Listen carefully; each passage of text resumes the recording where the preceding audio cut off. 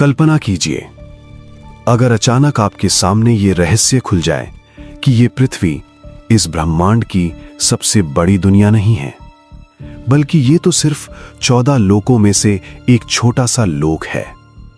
और इस पूरी सृष्टि की शुरुआत होती है एक रहस्यमयी स्थान से, जिसे कहा जाता है क्षीर सागर। कहा जाता है कि उस अनंत क्षीर सागर में भगवान विष्णु योग निद्रा में विश्राम करते हैं। उनकी शैया बने हुए हैं महान नागराज शेषनाग, जो अपने 7 विशाल फनों को फैलाकर भगवान विष्णु की रक्षा करते हैं। जब भगवान विष्णु योग निद्रा में होते हैं, तभी उनकी नाभि से एक दिव्य कमल प्रकट होता है और उस कमल पर जन्म लेते हैं सृष्टि के रचयिता भगवान ब्रह्मा। फिर ब्रह्मा जी इस पूरे ब्रह्मांड और लोकों की रचना करते हैं। सबसे ऊपर होता है ब्रह्मलोक, जहां स्वयं ब्रह्मा जी निवास करते हैं। उसके नीचे है तपोलोक, जहां महान तपस्वी हजारों वर्षों तक तपस्या करते हैं।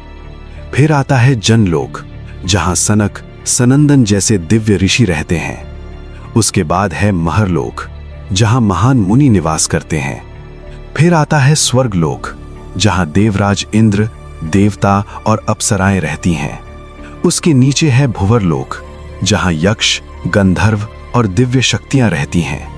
और फिर आता है भूलोक, यानी हमारी पृथ्वी। लेकिन पृथ्वी के ऊपर ही नहीं, नीचे भी कई रहस्यमयी लोक हैं। सबसे पहले आता है अतल लोक, फिर वितल लोक, जहां भगवान शिव के कुछ गणों का निवास माना जाता है।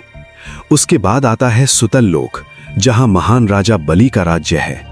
फिर तलातल, महातल, जहां नागों का निवास है। और उसके नीचे रसातल, जहां दानव रहते हैं। सबसे नीचे माना जाता है पाताल लोक। इन्हीं लोकों के बीच स्थित है यमलोक, जहां यमराज मनुष्यों के कर्मों का न्याय करते हैं और पाप करने वाली आत्माओं को उनके कर्मों के अनुसार नरक में दंड दिया जाता है। और जहां तक महादेव की बात है, कहा जाता है कि भगवान शिव कैलाश पर्वत पर निवास करते हैं और उनके साथ रहते हैं नंदी, भूत, प्रेत और असंख्य शिवगण।